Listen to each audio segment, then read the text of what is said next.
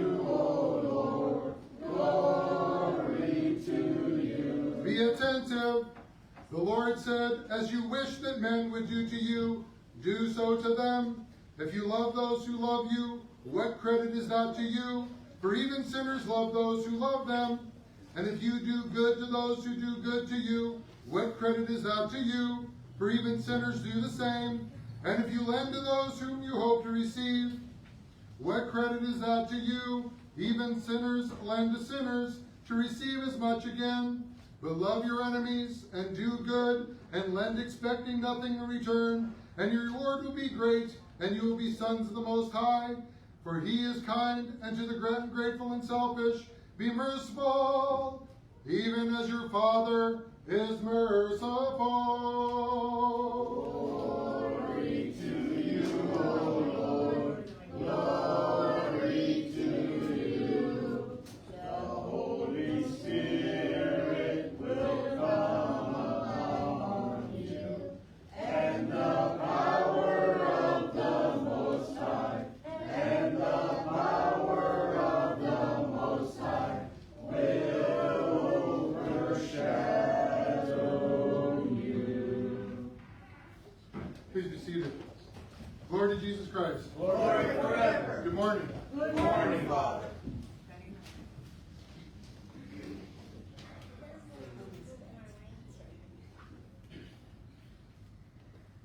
Authenticity is often a word that we hear. For instance, a basketball, when I play basketball, is probably worth nothing, maybe less than what was paid for it. But when Michael Jordan was playing basketball, that basketball was worth millions, right? And different people, when you get a comic book, if you have the comic book off the shelf, it's worth about what it is, but if you get the signature of the artist, the authenticity of it becomes even more, and if you get a certificate of authenticity, it brings up the value even more. Now, the cross that we wear around our neck, right, it means a lot to us, right? We celebrate the cross numerous times. The cross that we wear signifies the martyrdom and the salvation and the sacrifice that Christ made for us. But the cross that I wear is only worth as much as I paid for it, and it's only worth as much to me as it is to anybody else. But the cross that Christ was crucified on, that cross is authentic, and everything else, every cross from then on, was only a representation of something that was priceless. That cross was priceless. And that cross signified something throughout the ages that men and women have sacrificed, lived, and died for. Today we celebrate two very interesting people of our church, two saints of our church. And a lot of times, even though I'm a priest, I don't know every saint that's out there. There's a lot of them. And those people, the authentic people that lived and died, we don't know who they were. We only have a brief glimpse of their lives. Today, one of the women, and we always read, the reading, the epistle reading was done is during the day when we celebrate a martyr woman. Today, one of the women that was martyred, her name was Justina. Now, Justina was this woman, and this was around 300, so this is about 300 years after the crucifixion. This woman was born to pagan parents. These people worshiped the gods. These people worshiped these unauthentic beings. And when she eventually heard the gospel, because one day there was a deacon going by, and he was in the street, and he was preaching. And she just heard his voice. Didn't see him, didn't meet him, just heard the truth. And that day, because she heard the truth, and because she heard the authenticity coming from his voice. Because you got to remember, during those times, we who are Christians today have no idea what it means to be Christians. Because in that day, the emperors were persecuting and putting to death people just for proclaiming the name of Christ. So this man, for him to go out into the streets and to proclaim the name of Christ, meant that there was a target on his back. Now it's starting to get that way again. Still in America we have a little bit of freedom, but back then there was a target on your back. And she became a Christian. And she decided that she was going to not only become a Christian, but that she was going to devote her life to being a Christian by remaining a virgin for the rest of her days. She didn't want to be with any man. She wanted to devote herself to the only bridegroom that really mattered, to Jesus Christ. Now, as this girl was young and beautiful, there was a man who saw her and desired her. And during that desire, he would wait for her when she was walking down the street, and he would constantly be telling her, come on, come with me, come with me, come with me. No, no, no. Every day he would wait for her, and he would try to convince her. And he would get a little bit more bold as time wore on. And he would eventually ask her to marry her, and she's like, no, I want to dedicate my life to God, to Jesus. So, at the same time, years before, put Justina on pause for now, there was a man named Cyprian. Cyprian was born also to pagans, and his family and the people around that area worshipped the god Apollo. And his parents decided to send Cyprian to the Greek places to get him trained in the arts of magic. All right? The dark arts. And when he was done at that area, he went to another area and learned more dark arts. And then went to another area and learned more magic, so on and so forth. For the first 30 years of his life, that's what he did, was he worshipped and practiced magic. So much so that he was actually summoning demons, conversing with demons and being with demons. Yeah, a lot of times we see that stuff in movies and we chalk it up just to movies. But trust me when I tell you, that stuff is still happening today. And that guy, that's all he did. His livelihood, his life was dedicated to Satan. Now one day the man that was chasing after Justina went up to Cyprian and heard of his renown and went up to Cyprian and said, I need your help. I want you to help me get her. So Cyprian decided he was going to go and he was going to summon a demon, and the demon went to her. And the demon appeared to her and was trying to convince her to go with this man. And Justina said, did her cross, and said, I'm never going to do that. And as soon as she did the sign of the cross, the demon disappeared. Went back, reported to Cyprian, and he got frustrated, so he went and turned into other things. And again, one final time, tries to do it, and as Satan is going, she does her cross, says, I belong to Jesus Christ. Now, at this time, Cyprian says, what is going on? So he goes and finds out, and the demon says, I can't do anything against this girl. Why not?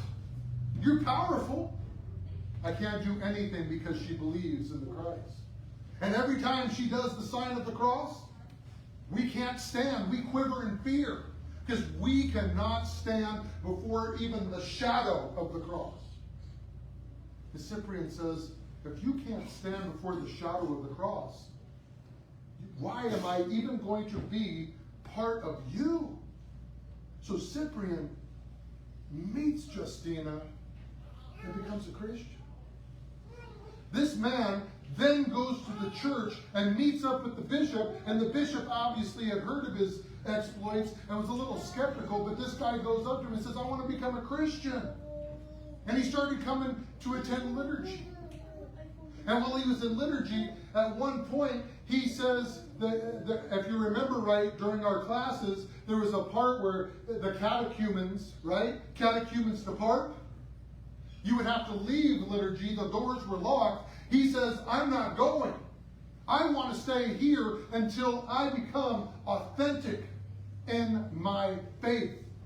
And he took all his books and he brought it to the bishop. He burned all his books, and that day he becomes a Christian. And then Cyprian becomes a deacon, and then he becomes a priest and ends up becoming a bishop of the church. And he ends up becoming a part of the life with Justina. And ends up giving her a convent, opening a convent, so that way she can just spend the rest of her life there. Now, I want to read to you one of the hymns of Cyprian. O all venerable Cyprian, by describing the glory of those who run the race and the crown of martyrdom, you thus convince godly-minded men to dare most courageously to embark upon the path of the torturous punishments and imprisonment and exposure, the icy cold, the whipping, and the painful mutilations that finally leads to a martyr's death. That hymn is powerful. What did you hear in that hymn? Cyprian did not promise, and Cyprian, when he was preaching, did not promise that the people that became Christians were going to gain wealth, we're going to gain peace, we're going to gain houses or a good job. He was promising them a martyr's death. And at that time, the emperor went to him and gave him a chance, and Cyprian said, no, I belong to God. And that day, he went over and he was martyred. And Justina was martyred. And by their faith, there was a man that was also there that saw this and said, I'm a Christian. And that day, the day he became a Christian, the day he professed that he was a believer in Jesus Christ, he willingly went up and put his head on the chopping block and was martyred the day he became a Christian. You see, the authenticity of a Christian is something that we often forget. The authenticity of who we are is something that we need to be even when we're not in church. I was having a discussion with a friend of mine, and oftentimes I remember when I was in church, and I didn't say any swear words, I acted appropriately, but then when I was with my maintenance crew buddies, I was putting them to shame by my mouth.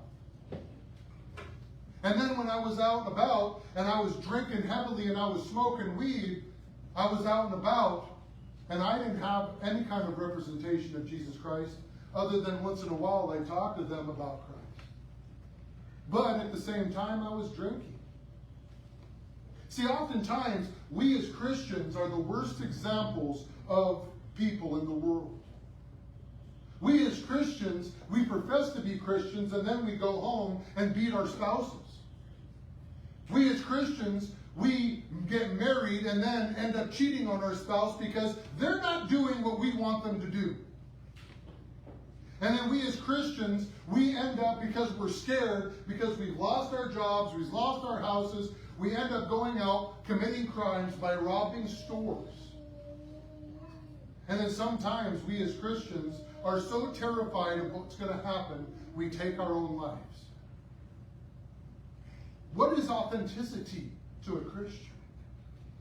That hymn that I just read to you, that hymn is the authenticity of St. Cyprian and what he did, because when he found Christ, he threw away everything that he had ever known, burned it in the fire, and became somebody completely new. He turned a 180.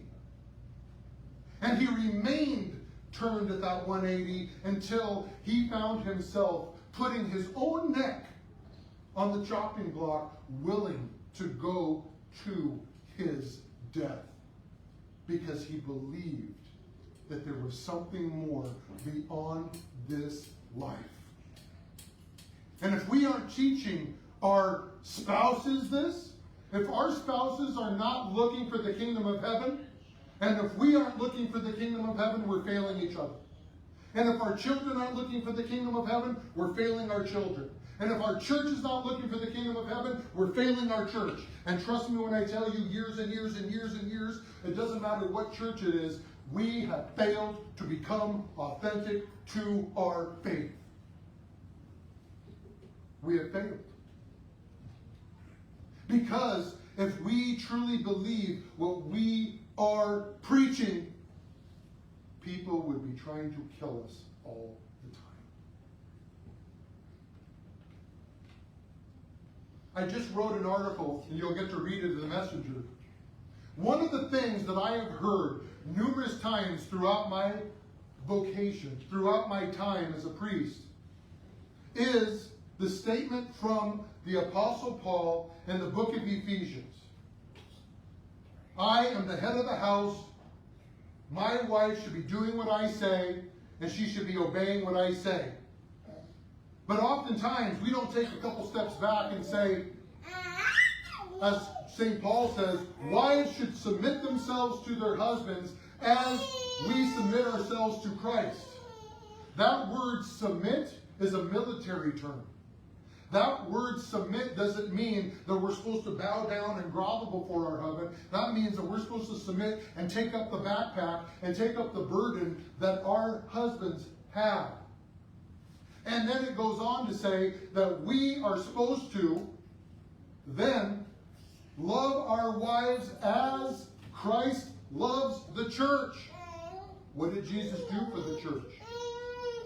And if every husband was actually doing what they were supposed to be doing by denying themselves, not what we want, but denying ourselves, by taking up our cross and following after Jesus Christ, our wives would be following because they would be willing to take up the burden as well. But we as husbands have failed. We as husbands have failed because we have not been taught right by our fathers. And our fathers were not taught by their fathers. And so on and so forth, along the line, we have forgotten. Because at some point, freedom of religion became this bane to us. At one time, when Cyprian and Justina were alive, there was two choices. You were either a pagan or you're a Christian. And there was not a choice for you to go down the street to another church because you didn't get along with the person sitting next to you in the chair. You had to make up with that person. And there was any time, any choice, that at some time that the Roman soldiers would be kicking in the door, coming in to grab you, take you out, throw you into the lion's den, or cut your head off that day. But those people were willing to do whatever it took to worship Jesus. There was no, I don't know, I might become a Christian. I don't know, I might be a Christian today. We as husbands, we as Christians need to learn what authenticity actually means. And when we live our life authentically to Christ, we will submit ourselves to Him. And when we submit ourselves to Him, we will submit ourselves to each other. The more I submit myself to Christ, the more I have learned to submit myself to my wife. And the more I submit myself to my wife, I've learned to submit myself to Jesus.